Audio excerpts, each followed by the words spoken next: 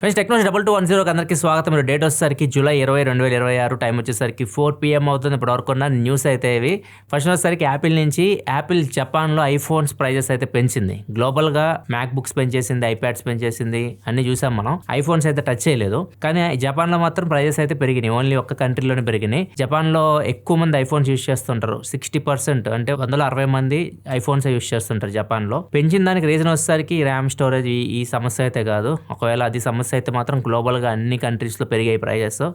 Only జపాన్లో ఎందుకు పెరిగిందంటే Japan currency డాలర్తో compare చేస్తే చాలా వరకు క్రాష్ అయింది. దగ్గర లాస్ట్ 4 yearsలో 55% వీళ్ళ కరెన్సీ అయితే క్రాష్ అయింది. వీళ్ళది ఎన్ అంటారు. ఇప్పుడు $1 వచ్చేసరికి ఈక్వల్ టు 162 ఎన్కి సమానం అనమాట. చాలా పడిపోయింది వీళ్ళ వాల్యూ, కరెన్సీ వాల్యూ. అందుకని చెప్పేసి ఈ ప్రైస్ అయితే పెరిగింది. అండ్ జపాన్లో చాలా తక్కువ ఉండేది ప్రైస్. నార్మల్గా వేరే కంట్రీస్తో కంపేర్ చేస్తే ఐఫోన్స్ మీకు జపాన్లో కొద్దిగా కాస్ట్ తక్కువ ఉంటాయి. చాలా మంది ఏం చేస్తున్నారంటే జపాన్ నుంచి ఫోన్స్ కొనుక్కొని వేరే కంట్రీస్కి తీసుకెళ్తే అమ్ముకుంటున్నారు. వీళ్ళకి లాభాలు అయితే వస్తున్నాయి. గ్రే మార్కెట్ కూడా ఎక్కువైపోయింది. సో దీన్ని బ్యాలెన్స్ చేయడానికి కూడా కొద్దిగా పెంచినట్లయితే రిపోర్ట్ వస్తుంది. సో ఓవరాల్గా ఇప్పుడు అన్ని కంట్రీస్లో ఐఫోన్ ప్రైజెస్ మీకు కొంచెం ఈక్వల్గా కనిపిస్తూ ఉంటాయి. ప్రైజెస్ ఎంతెంత పెంచారంటే దగ్గర 8 to 11% పెంచారు. మన కరెన్సీలో కన్వర్ట్ చేస్తే ఐఫోన్ 17 మీద $7,800 దాకా పెరిగింది. ఐఫోన్ 17 Pro Max మీద దగ్గర $11,800 దాకా పెరిగింది. అండ్ ప్రజెంట్ అందరికీ ఏం డౌట్ ఉంటుందంటే ఇండియాలో కూడా పెరుగుతాయా, ఇప్పుడు కొనుక్కోవాలా లేకపోతే బీబీడీ వరకు వెయిట్ చేయాలా అని చెప్పేసి డౌట్స్ ఉంటాయి. ఇండియాలో పెరిగిందంటే గ్లోబల్గా పెరుగుతాయి. అన్ని చోట్ల అయితే పెంచేస్తే ఇండియాలో కూడా పెరుగుతుంది.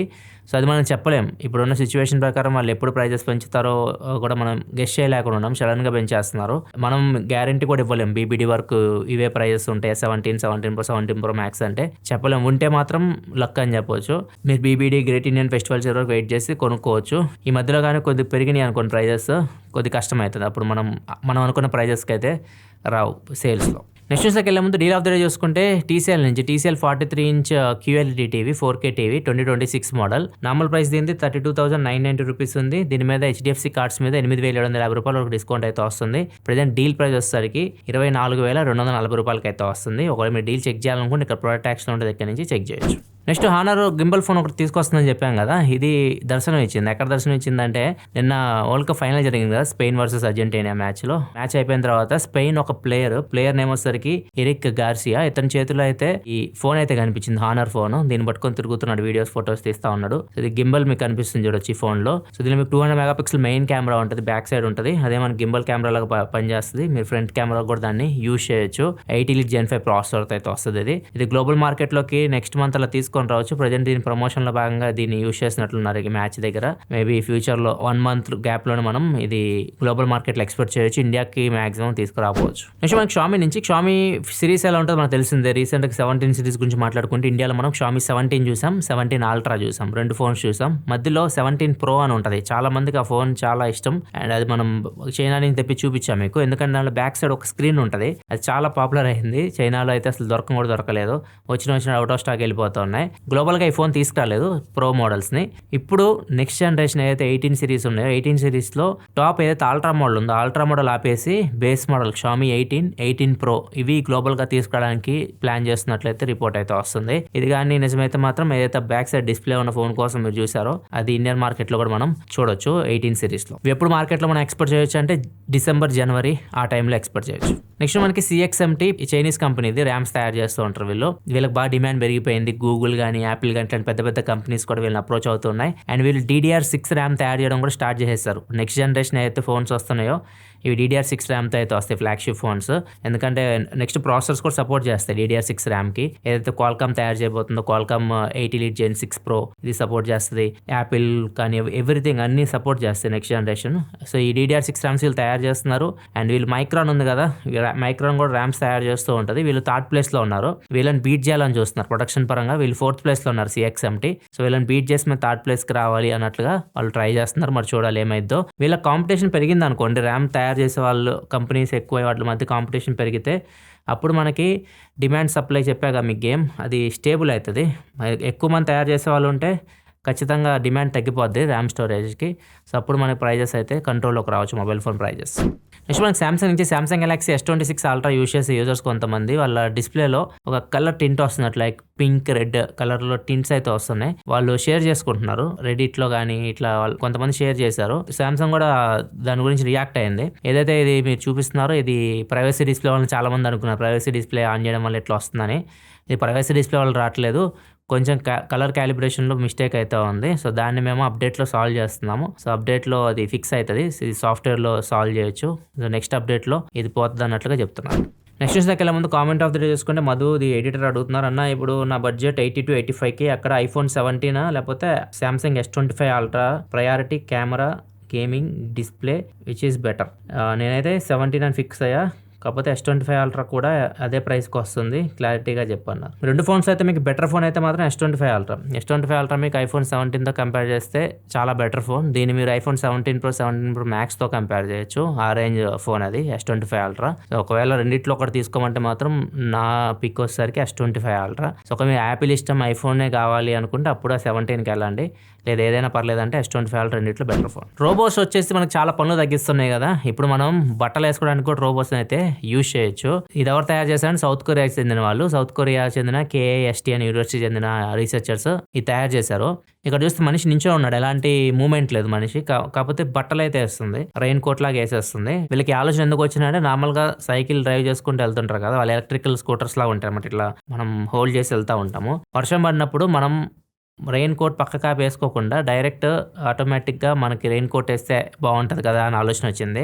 దీనికే కాదు, ఎవరైనా షోల్డర్ ఇంజరీ ఉన్న వాళ్ళు కూడా బట్టలు వేసుకోలేరు కదా, వాళ్ళకు ఉపయోగపడిద్ది. ఎవరికైనా నీ ఇంజరీస్ ఉన్నాయి, వంగలేరు, అట్లాంటి వాళ్ళు కూడా బట్టలు వేయడానికైతే ఈ రోబో ఉపయోగపడిద్ది. ఈ రోబో ఎలా ఉందంటే జస్ట్ గాలి కొట్టే పంపు లాగా ఉంది. మనం బుడగలు ఉంటాయి చూసారా, పొడుగు బుడగలు తయారు చేస్తుంటారు, పిల్లలు ఆడుతూ ఉంటారు. సో దాన్ని ఏం చేస్తాం మనం, జస్ట్ ఎయిర్ కంప్రెసర్ పెట్టి గాలి కొడుతుంటాం కదా, సేమ్ అలానే ఇది వర్క్ అవ్వాలంటే ఖచ్చితంగా గాలి కొట్టాలి, అంటే ఎయిర్ కంప్రెస్ చేసినట్టు అనమాట. ఒక ఎయిర్ కంప్రెసర్ అయితే ఉండాలి, గాలి పంపిస్తూ ఉండాలి, మనకు కావాల్సిన డైరెక్షన్లో అది వెళ్తూ ఉంటుంది, ఎక్స్పాండ్ అవుతూ వెళ్తూ ఉంటుంది. సో ఇది మనకి ఎప్పుడైతే బట్టలు వేస్తూ ఉంటుందో, ఇది రోబోస్ వీటిని వైన్ రోబోస్ అంటున్నారు, వీటిని వీళ్ళు 2 రోబోస్ ఉంటాయి. సో అవి ఇలా ఎక్స్పాండ్ అవుతూ వెళ్తూ ఉంటాయి. ఖచ్చితంగా ఎయిర్ కంప్రెసర్ అయితే ఉండాలి, గాలి సప్లై అయితే ఉండాలి, అప్పుడే ఇది ఎక్స్పాండ్ అవ్వగలదు. అవి మనకి మొత్తం బట్టలు అయితే వేసేస్తుంది. సో దీని మైనస్ ఏంటంటే ఖచ్చితంగా ఎయిర్ కంప్రెసర్ ఉండాలి, పవర్ సోర్స్ ఉండాలి, బయటికి వెళ్ళినప్పుడు మన ఇది పనిచేయదు. వీళ్ళు ఏం చేస్తున్నారంటే ఒక చిన్న ఎయిర్ కంప్రెసర్, 2 ఎయిర్ కంప్రెసర్స్ 2 రోబోస్కి పెట్టేసి బ్యాటరీ సహాయంతో దాన్ని రన్ చేసే విధంగా కూడా టెస్ట్ చేస్తున్నారు. సో ఇవంతా చూసిన తర్వాత ఏమనిపించింది అంటే ఎవరిదైనా హెల్ప్ తీసుకొని వేసుకోవచ్చు కదా, ఎందుకు ఇంత అనిపించింది నాకైతే మాత్రం. సో ఎవరికైనా షోల్డర్ ఇంజరీ ఉంది అనుకోండి, ఎవరైనా హెల్ప్ చేస్తే బట్టలు వేసుకుంటారు, వంగలేని కూడా బట్టలు వేసుకుంటారు, బట్టలు వేసుకోవడానికి కూడా రోబోస్ అవసరమా అనిపించింది. మీ అభిప్రాయాలు కింద కామెంట్ సెక్షన్ చెప్పండి. నెక్స్ట్ ఈ సంఘటన నావీ ముంబైలో జరిగింది. నావీ ముంబైలో ఒక గోల్డ్ కంపెనీ, ఎగ్జాక్ట్గా నేమ్ ఇంకా బయటికి ఏం రాలేదు కానీ గోల్డ్ కంపెనీలో దగ్గర 10.7 CR 10,70,00,000 రూపాయల వరకు సైబర్ స్కామ్ జరిగింది. ఎలా స్కామ్ చేశారంటే నార్మల్గా కంపెనీ MDs CEOs ఉంటారు కదా, ఎవరికైనా ట్రాన్సాక్షన్ చేయాలంటే అకౌంటెంట్స్కి ఫోన్ చేస్తుంటారు, లేకపోతే మెసేజ్ పెడతా ఉంటారు, వాళ్ళకి అకౌంట్ నెంబర్ పంపించేసి ఇంత అమౌంట్ పంపించండి అని చెప్పేసి వాళ్ళకి పంపిస్తుంటారు. వాళ్ళు దాన్ని తీసుకొని అకౌంట్ యాడ్ చేసి పంపిస్తూ ఉంటారు కంపెనీ అకౌంట్స్ నుంచి. ఇట్లా అకౌంటెంట్కి ఒక మెసేజ్ అయితే వచ్చింది వాట్సాప్లో, వాళ్ళ బాస్ నెంబర్ అయితే కాదు, కొత్త నెంబర్ నుంచి వచ్చింది, కాకపోతే ప్రొఫైల్ పిక్చర్ వాట్సాప్లో వాళ్ళ బాస్ ప్రొఫైల్ పిక్చర్ ఉంది. మెసేజ్ వచ్చేసరికి 7 కోట్ల రూపాయలు పంపించాలని చెప్పేసి కొన్ని అకౌంట్ డీటెయిల్స్ అయితే ఇచ్చేశాడు. సో ఇతను ఏమీ కాల్ బ్యాక్ చేయకుండా, వాళ్ళ బాస్కి కాల్ బ్యాక్ చేయకుండా డైరెక్ట్ రెగ్యులర్గా వాళ్ళు వేస్తుంటారు కదా డబ్బులు, అట్లనే వాళ్ళకి వేసేసాడు. ఇదేదో బాగుందని చెప్పి నెక్స్ట్ రోజు మళ్ళీ ఇంకొక 3,70,00,000 అడిగి మళ్ళీ కొన్ని అకౌంట్లు ఇచ్చి దానికి కూడా వేయించుకున్నారు. ఆయన తర్వాత వచ్చి బాస్ని అడిగారు అనమాట, అకౌంటెంట్ వచ్చి బాస్ని, ఏంది ఇలా డబ్బులు వేపిస్తున్నారు, చిన్న అకౌంట్స్కి వేపిస్తున్నారు, అసలు అకౌంట్స్ మన లిస్ట్లో కూడా లేవు, ఇలా ఎందుకు వేపిస్తున్నారు అని చెప్పేసి వచ్చి బాస్ని అయితే అడిగారు. ఆయన ఏమన్నారంటే నేను ఎప్పుడు చెప్పాను నీకు, నేనేమని చెప్పేసి అని చెప్పి మొత్తం తెలుసుకున్నారు. సైబర్ క్రైమ్కి గురయ్యారని చెప్పేసి అప్పుడు పోలీస్ స్టేషన్కి వెళ్ళి కంప్లైంట్ అయితే ఇచ్చారు. ప్రజెంట్ అయితే ఆ అకౌంట్స్ని బ్లాక్ చేశారు, డబ్బులు అయితే ఏం లేవు, అన్నీ వచ్చిన డబ్బులు వచ్చినట్లు వాళ్ళు ఉంచుతారా, గతం అకౌంట్లో పడగానే వాటిని లేపేస్తారు, ఎక్కువసేపు అయితే అకౌంట్లో అయితే ఉంచరు. సో ఇది దొరకడం కష్టమే. ఇలా చాలా స్కామ్స్ అయితే జరుగుతున్నాయి. ఒకసారి మీకు అన్నోన్ నెంబర్ నుంచి వచ్చి మీ ఫ్రెండ్ ప్రొఫైల్ పిక్చర్ ఇట్లా కనిపించినాయి, లేకపోతే మీ రిలేటివ్స్ ప్రొఫైల్ పిక్చర్ కనిపించిన వాళ్ళు డబ్బులు అడుగుతున్నారు అంటే మాత్రం వాళ్ళ ఒరిజినల్ నెంబర్కి కాల్ చేయడానికి ట్రై చేయండి. వాళ్ళ ఒరిజినల్ నెంబర్ మీరు సేవ్ చేసుకుంటారు కదా, దానికి ఒకసారి ఫోన్ చేసి వెరిఫై చేసుకోండి, అప్పుడే మీరు డబ్బులు వేయడం అట్లాంటివి అయితే చేసుకోండి. వీడియో కాల్ కూడా నమ్మొద్దు. అన్నోన్ నెంబర్ నుంచి మీకు ఏదైనా వీడియో కాల్ వచ్చిందనుకోండి, మన ఏపీ సీఎం చంద్రబాబు నాయుడు గానే క్రియేట్ చేశారు, వీడియో కాల్ చేసేసి ఏదో సెటిల్మెంట్ చేస్తున్నట్లు. ఇంకా అర్థం చేసుకోండి, వీడియో కాల్స్ నమ్మకండి, వాళ్ళ ఒరిజినల్ ఫోన్ నెంబర్కి ఖచ్చితంగా కాల్ చేసి వెరిఫై చేసుకోండి. నెక్స్ట్ సంఘటన యూపీలో జరిగింది. యూపీలో ఇద్దరు ప్రేమికులు ప్రేమించుకున్నారు. అబ్బాయి పేరు ఒక్కటి తెలుసుకొని అమ్మాయి పేరు అయితే డిస్క్లోజ్ చేయలేదు. అబ్బాయి పేరు వచ్చేసరికి గుప్తా.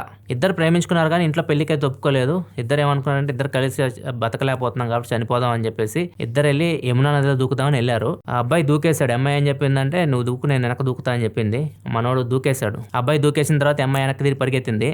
అబ్బాయి పాపం భూమి మీద నూకలు ఇంకా ఉన్నాయి. అక్కడ ఎవరైతే ఫిషర్ మ్యాన్స్ ఉంటారో కదా వాళ్ళు దూకడం చూశారు. వెళ్ళి అబ్బాయిని కాపాడారు. కాపాడిన తర్వాత అమ్మాయి వెళ్ళిపోయింది. అమ్మాయి దూకలేదని చెప్పేసి తేరుకొని ప్రేమ మీద విరక్తి పుట్టి వెళ్ళిపోయాడు. మళ్ళీ ఇది కొత్త ట్రెండ్ స్టార్ట్ అయిద్దాం చూడండి. మొన్నటిదాకా చంపేసి డ్రమ్ముల్లో వాటిలో పెట్టారు కదా, ఇట్లా ఇద్దరం చచ్చిపోదాం అని చెప్పేసి ఫస్ట్ అబ్బాయిని వేసేస్తట్టున్నారు.